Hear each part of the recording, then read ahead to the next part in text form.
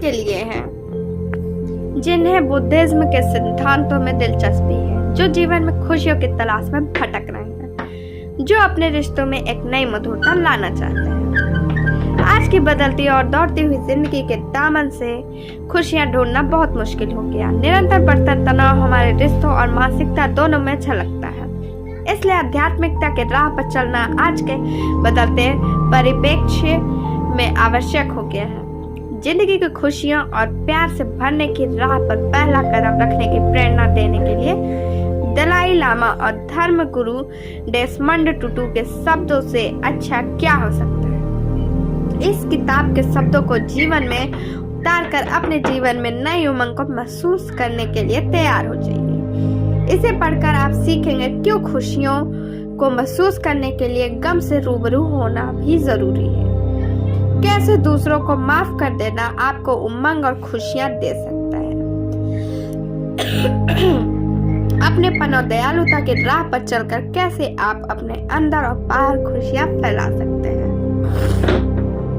दुख के बिना सुख का कोई मोल नहीं है। जब एक औरत माँ बनती है तो उसे अपनी जिंदगी का सबसे तकलीफ दे और दर्द भरा पल जीना पड़ता है, लेकिन उस दर्द के बाद की जो खुशी मिलती है उससे हम सब अवगत हैं। इसलिए लेखक कहते हैं कि जहाँ एक ओर दर्द हमें तोड़ देता है, वहीं दूसरी ओर अगर देखा जाए तो दर्द के एहसास के बिना खुशियों का भी कोई मोल नहीं रह जाता। क्योंकि जब दर्द के मंजर के बाद खुशियां आती है तो उसका महत्व दुगना हो जाता है। अगर जिंदगी में दर्द के महत्व को समझना है तो हम महात्मा गांधी को ले सकते हैं। अंग्रेजों द्वारा किए गए अत्याचारों के बावजूद भी वो टूटे नहीं और न ही उनके मन में कोई हिंसा की भावना आई, बल्कि अत्याचारों के दर्द ने आजादी के प्रति उनके इरादों को और मजबूत कर दिया। कई लोग कहते हैं कि जिंदगी में हर दर्द का इलाज है, लेकिन ऐसा नहीं है। असल में बिना दर्द के जिंदगी में किसी और भावना का कोई अस्तित्व ही नहीं। बिना दर्द के न हम खुशियों का एहसास कर सकते हैं न प्यार का, लेकिन हम दर्द को मिटा नहीं सकते, उसके एहसास को सकारात्मक जरूर बना सकते हैं। इसके लिए जरूरत है अपना ध्यान अपने दर्द से हटाकर दूसरों के दर्द की ओर लगाने की। बौद्ध धर्म की लोजोंग नाम की शिक्षा पद्धति में भी कुछ ऐसा ही लिखा है कि दूसरों के दर्द की तरफ देख व्यक्ति अपना दर्द भूल जाता है। लोजोंग में लिखी इस बात को दलाई लामा ने खुद अपने जीवन में भी महसूस किया है। एक बार जब दलाई लामा बौद्ध धर्म के सबसे पावन स्थल बोध गया में अपने कार्यक्रम में जा रहे थे तो उनके पेट में अचानक बहुत तेज दर्द हुआ। उन्हें तुरंत अस्पताल ले जाया गया।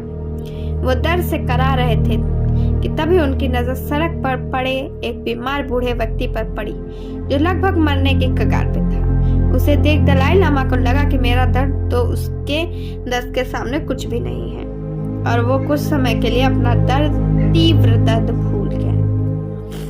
आपका दर्द कितना जटिल है, ये उसके प्रति आपके रवैये पर निर्भर करता है। समस्या चाहे जितनी भी जटिल हो और दर्द चाहे जितना भी बड़ा हो, अगर आपका इरादा और मानसिकता मजबूत है तो आप बड़े से बड़े तूफान का सामना आसानी से कर लेंगे।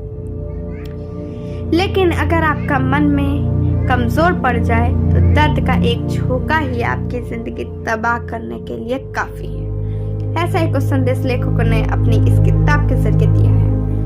एक मजबूत मानसिकता से आपको दर्द में भी खुशी ढूंढने का साहस मिलता है। लेखकों का कहना है कि दर्द और दुख जीवन के अभिन्न अंग हैं, इसलिए इनसे लड़ने के बजाय उस पल में ही खुशी का कोई लम्हा ढूंढने की कोशिश करना है समझदारी है।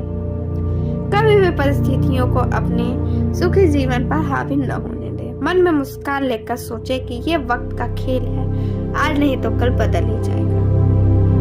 इन बातों को और गहराई से समझने के लिए दोनों लेखकों ने अपने अपने जीवन में एक उदाहरण दिया है,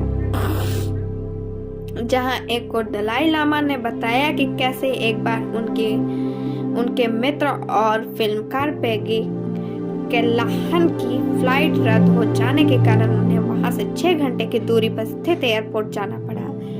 लेकिन इस परिस्थिति में झुझलाने के बजाय उन्होंने अपने 6 घंटे के रोड ट्रिप को हंसी मजाक के पलों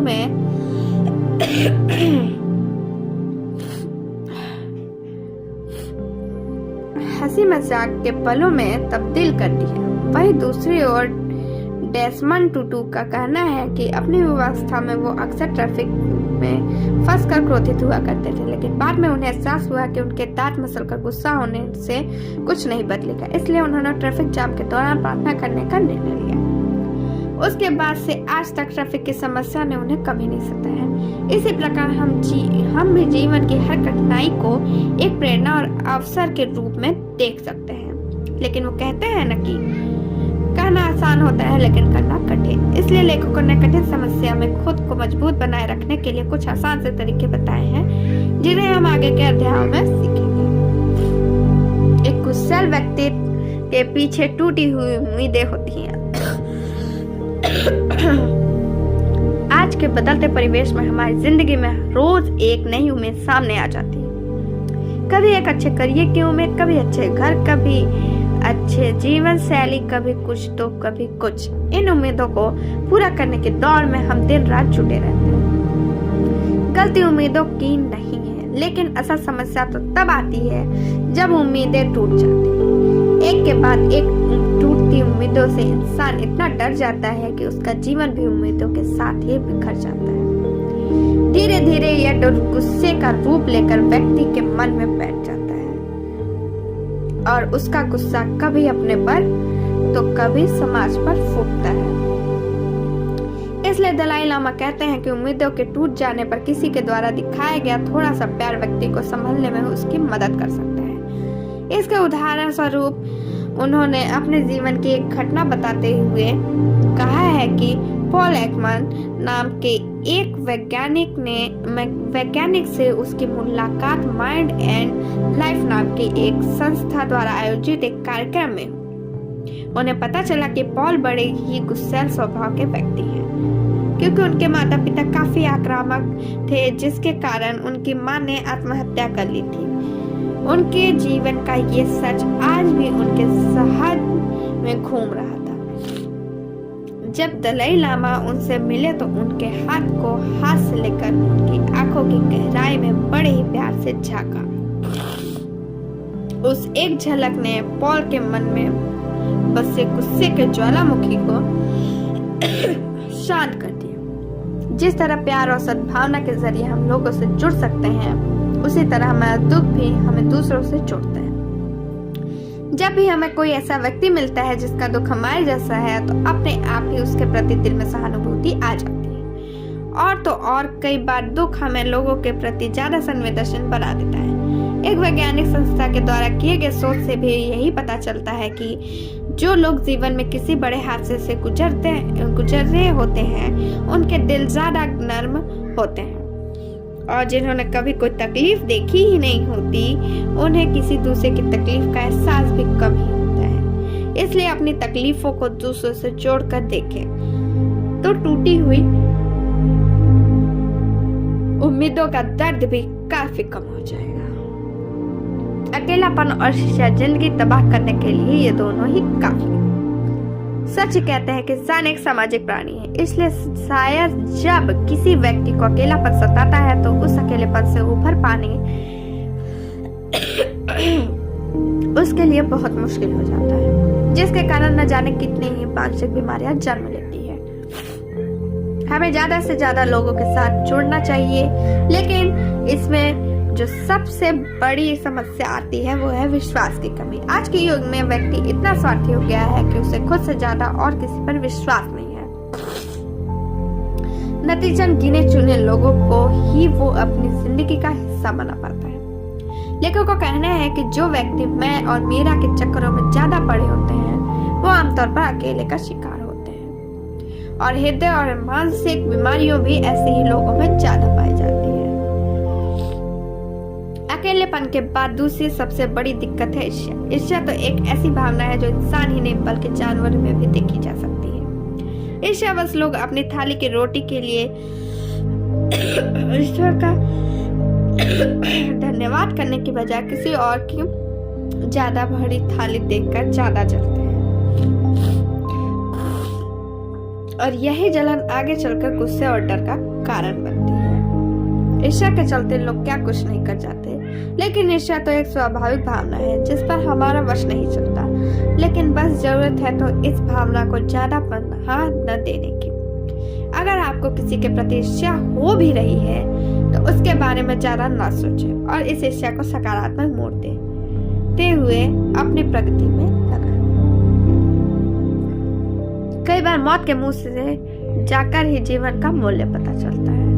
इंसान का ऐसा स्वभाव है कि जो चीजें उसे आसानी से मिल जाती है उसका कोई मोल नहीं करता, लेकिन जब वही चीज उसके हाथों से फिसलते फिसलते बचती है तब उसे उसका मोल समझ आता है। अब जीवन को ही ले लीजिए, जब व्यक्ति एक स्वस्थ जीवन जी रहा होता है तो धूम्रपान, शराब और लड़ाई झगड़े इन सब में पड़कर अपना बहुमूल्य समय बर्बाद करता रहता है। लेकिन जब वही व्यक्ति किसी बीमारी या हादसे के कारण मौत के मुंह में जाते जाते बचता है तब उसे एहसास होता है कि जीवन का असली अर्थ क्या है। अब हमारे देश की आजादी को ही ले लीजिए। जब अंग्रेजों की 200 साल की गुलामी के बाद हमें आजादी मिली तो उस आजादी की कीमत देश के हर एक व्यक्ति को पता थी।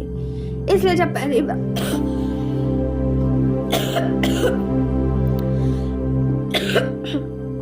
पहली बार चुनाव हुए तो प्रतिनिधि चुन पाने की खुशी में सबने अपने घरों से मीलों पैदल चलकर भी वोट डाले। वहीं अगर हम आज की बात करें तो वातानुकूलित गाड़ियां होने के बाद भी देश में लगभग आधे लोग वोट डालने नहीं जाते क्योंकि उन्हें इस आजादी का महत्व नहीं पता। इस बात का एक उदाहरण दलाई लामा ने भी पेश किया है। उनका कहना है कि जब चीन में सांस्कृतिक क्रांति आई तो वहां के लोग ने तिब्बती संस्कृति का सफाया करने की ठान ली। तिब्बती भाषा में लिखे सारे ग्रंथों और किताबों को नष्ट कर दिया गया। उसी दौरान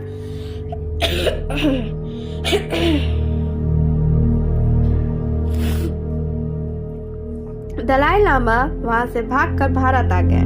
यहाँ आकर उन्होंने तिब्बती संस्कृति के बचे अंशों को संजोया और हर एक किताब को देखकर उन्हें जो खुशी महसूस हो रही थी वो उन्हें पहले कभी महसूस नहीं हुई। ठीक इसी प्रकार डेसमंड टुटू ने भी बचपन में कई बार जानलेवा बीमारियों का सामना किया था। यहाँ तक कि अब उन्हें टीबी की बीमारी लगी तो हालात ऐसे हो गए कि उनके पिताजी ने ताबूत की लकड़ियां भी इकट्ठा करना शुरू कर दी। लेकिन इस सब बीमारियों से लड़कर भी वे जीवित रहे। इन बीमारियों ने कई बार मौत से उनका सामना करवाया और मौत से हुई इन मुलाकातों से उन्हें एक जीवन इंसान बना दिया।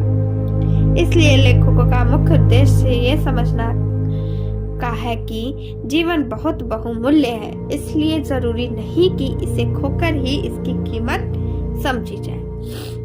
वो व्यक्ति इसकी कीमत समझ गया, समझो उससे ज्यादा खुशकिस्मत कोई नहीं। इंसानियत की भावना और जीवन के प्रति आपका नजरिया दिल में सच्ची खुशी और शांति को जन्म देता है। लेखकों का कहना है कि जीवन में खुशियां प्राप्त करने के लिए 8 स्तंभों की जरूरत होती है। इन स्तंभों को अपने जीवन में उतारने से पहले जरूरी है कि आप अपने मन से सभी प्रकार की चिंताएं और डर को निकालें। एक बार आप चिंता मुक्त हो गए, उसके बाद आप खुशियों के स्तंभों को जीवन में लाकर हर्षोल्लास के रास्ते का आनंद ले सकते हैं। लेखकों द्वारा बताया गया सबसे पहला स्तंभ है जीवन के प्रति हमारा नजरिया। अगर हम अपने नजरिए और सोच को बड़ा रखते हैं तो किसी भी माहौल में खुश रहना आसान हो जाता है। जैसे कि अंग्रेजों के शासन में जज आजादी के दीवाने जेल में डाल दिए जाते थे, तब उनके माथे पर जरा सी भी सिकन नहीं आती थी। चाहे कितनी भी यातनाएं क्यों न सहनी पड़े, वो हमेशा मुस्कुराते रहते थे। इसलिए क्योंकि उन्हें अपनी मौत नहीं बल्कि देश के लिए अपना बलिदान दिखाई देता था। इसलिए कहा जाता है कि अगर सोच बड़ी तो पहाड़ भी सर झुका देता है।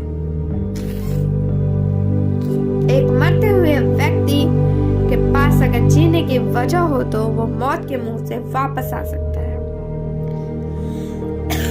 और वही अगर एक जीवित व्यक्ति मन में सोच ले कि सब खत्म हो गया है तो उसकी मृत्यु निश्चित है। नजरिए के साथ साथ दूसरा स्तंभ है इंसानियत का। जब आप हर व्यक्ति से छोटा बड़ा या अमीर गरीब होकर नहीं बल्कि एक इंसान बनकर मिलते हैं तो उससे जुड़ना बहुत आसान हो जाता है और उससे आपकी खुशी दुगनी हो जाती है। इसका एक बेहतरीन उदाहरण दलाई लामा जी ने अपनी किताब में पेश किया है। उनका कहना है कि जब उन्होंने धर्म गुरु के रूप में बोलना शुरू किया तो उन्हें अपने व्यक्तित्व के दौरान बहुत डर लगता था। बाद में उन्हें एहसास हुआ कि क्योंकि वो खुद के बाकियों से ऊपर एक धर्म गुरु के रूप में समझते हैं इसलिए उन्हें डर लगता है। उसके बाद उन्होंने खुद को भी एक इंसान के रूप में समझा शुरू किया। उसके बाद वो अपने मन की बात आसानी से सबके सामने रखने लगे और दोबारा कभी भी उन्हें डर नहीं लगा।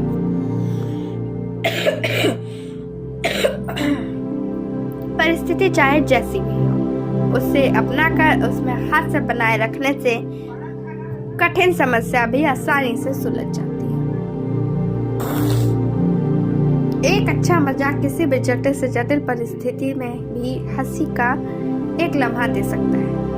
यही हास्य खुशी के मार्ग का तीसरा स्तंभ है। लेखक डेसमंड टूटू जीवन में हास्य के महत्व बताते हुए कहते हैं कि एक बार उन्हें एक ऐसी जगह बोलने के लिए बुलाया गया जहां दो गुटों में मनमुटाव के कारण काफी झगड़ा चल रहा था। ऐसी नाजुक परिस्थिति में लेखक ने हास्य का सहारा लेते हुए अपने व्यक्तित्व के दौरान एक ऐसी कहानी सुनाई जिसे सुनकर दोनों गुटों के लोग खुद को हंसने से रोक नहीं पाए।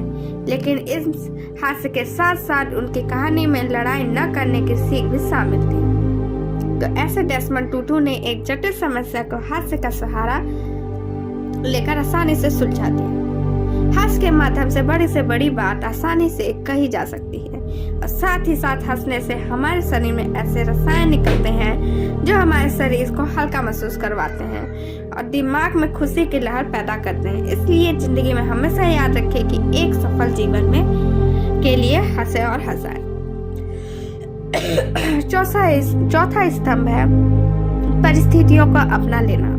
यानी चाहे जीवन में सुख आए या दुख, आप ये मान ले कि ये दोनों जीवन चक्र का ही एक हिस्सा है। जिन प्रकार गुलाब के फूल में खुशबू के साथ साथ कांटे भी होते हैं ये जानकर भी हम उसे पसंद करते हैं। ठीक उसी तरह जीवन के कांटों को अपनाकर हम उसकी खुशबू का आनंद ले सकते हैं। उदाहरण स्वरूप अगर आपके ऑफिस में आपके बॉस से आपकी कम बनती है तो ऐसी परिस्थिति में आपके पास दो रास्ते होते हैं। या तो आप हमेशा उसे कोसते रहें और खुद को दुखी करें या फिर आप अपने बॉस के साथ अच्छे संबंध को अच्छा करने की कोशिश कर सकते हैं। लेकिन ऐसे में सबसे जरूरी बात यह है कि आप ये बात अपने दिल में बिठा ले कि आपका बॉस आपके बारे में जो सोचता है आप उससे बदल नहीं सकते। बस संबंध सुधारने की कोशिश की, आपके हाथ में है। उसमें कितनी कामयाबी मिलेगी ये आपके हाथ में है। जो बात आपके हाथ में नहीं उसे स्वीकार लेने में ही भलाई है। क्षमा और आभार को हमेशा अपने जीवन का हिस्सा बनाकर रखें। रोज सुबह आंखें खोलने के साथ ही सूरज की गर्म रोशनी हमारे जीवन में उजाला लाती है। प्रकृति की गोद में हमें खान पान का वैभव मिलता है। लेकिन क्या हम इन सब के लिए ईश्वर के शुक्रगुजार होते हैं? ज्यादातर लोग नहीं, क्योंकि आसानी से मिल जाने वाली चीजों का हमारे जीवन में कोई मोल नहीं है। एक बाल्टी पानी को हम यूं ही बहा देते हैं, जबकि देश के कई कोनों में पानी पीने तक का मीलों पैदल चलना पड़ता है। इसलिए लेखकों का कहना है कि चाहे सौगात छोटी हो या बड़ी, आभार व्यक्त करना बहुत अहम है। चाहे आभार ईश्वर के लिए हो या किसी अपने के लिए। एक बार हम आभार व्यक्त करना सीख गए तो हमें छोटी बड़ी सब चीजों का मोल पता चल जाएगा और खुशियां हमारे जीवन में खुद ब खुद आ जाएंगी। सुखी जीवन का अगला स्तंभ है क्षमादान। अगर कोई व्यक्ति आपके साथ कुछ गलत करता है और उसे अपनी गलती का एहसास हो जाए तो उसे माफ कर देने में ही सबकी भलाई है, क्योंकि जब तक माफ करके जीवन में आगे नहीं बढ़ेंगे तब तक पुरानी बातों का भुलाकर एक नए जीवन की शुरुआत नहीं कर पाएंगे। क्षमा की भावना कैसा चमत्कार कर सकती है, इसका एक उदाहरण हमें केरला की एक नन रानी मारिया के हत्याकांड से मिल सकती है। इस केस के मुख्य आरोपी समंदर सिंह को रानी मारिया के परिवार ने न सिर्फ माफ कर दिया बल्कि उसे अपने परिवार का एक सदस्य भी मान लिया। ये देखकर समंदर सिंह जैसा हैवान भी एक कोमल हृदय का व्यक्ति बन गया। उसने अपना बाकी का जीवन रानी मारिया के समाज सेवा के सपने को पूरा करने में लगा दिया। वहीं दूसरी तरफ समंदर सिंह को पाकर रानी के परिवार को भी अपना गम भुलाने में आसानी।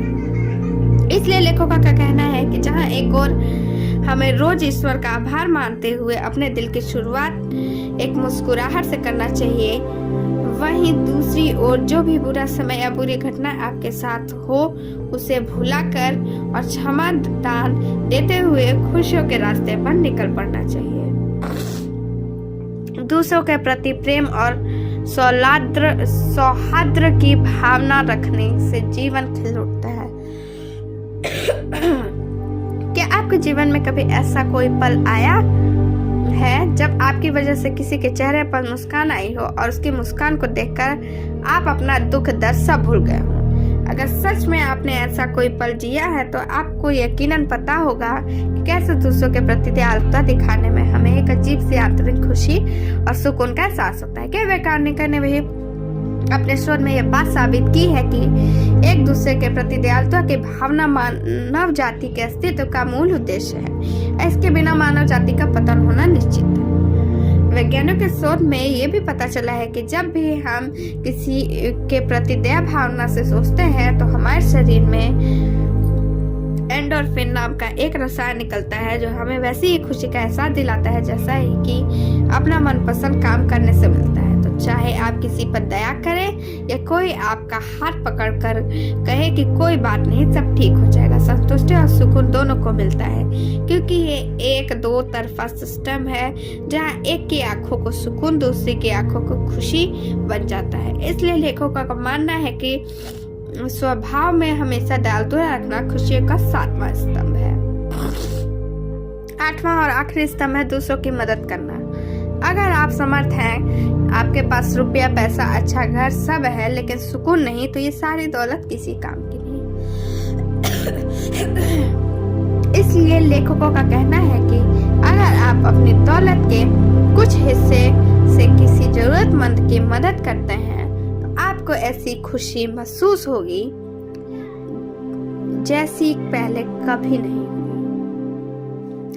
भारतीय सिनेमा के महानायक नाना पाटेकर को तो आप जानते ही होंगे। वो अपनी आधी से ज्यादा कमाई कर्ज तले दबे किसानों के परिवार की मदद में लगा देते हैं। खुद वो मात्र एक बेडरूम के फ्लैट में अपनी माँ के साथ रहते हैं। जब किसी पत्रकार ने उनसे पूछा कि वो जीवन में ऐसा आराम छोड़ समाज सेवा में क्यों लग गए, तब उनका कहना होता था कि